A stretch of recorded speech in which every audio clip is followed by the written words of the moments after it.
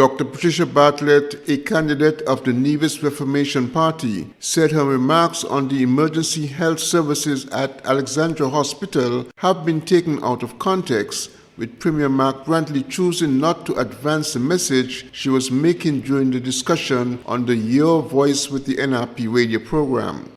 Speaking with SKN Newsline, Dr. Bartlette said Premier Brantley's use of a small segment of what was being discussed created a distortion of her message. What the Premier is good at is to take snippets of things and not present the whole story.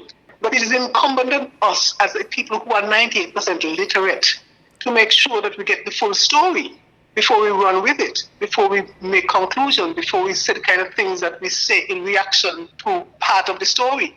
And that is what has happened here.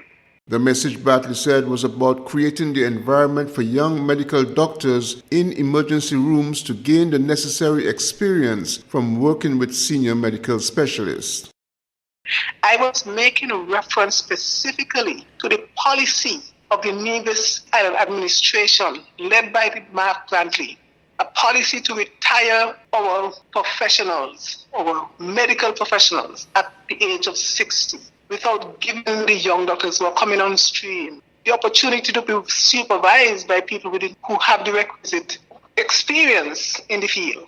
Because bearing in mind, sometimes they don't get a chance to go and do the specialties that are required in other jurisdictions. Like if you were in the United States or the United Kingdom, then you would have to do a residency of at least 3 to 4 years to operate in an emergency room, to be called an emergency room doctor.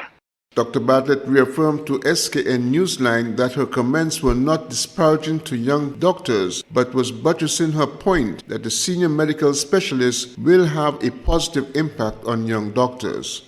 Glenn Bart reporting for SKN Newsline.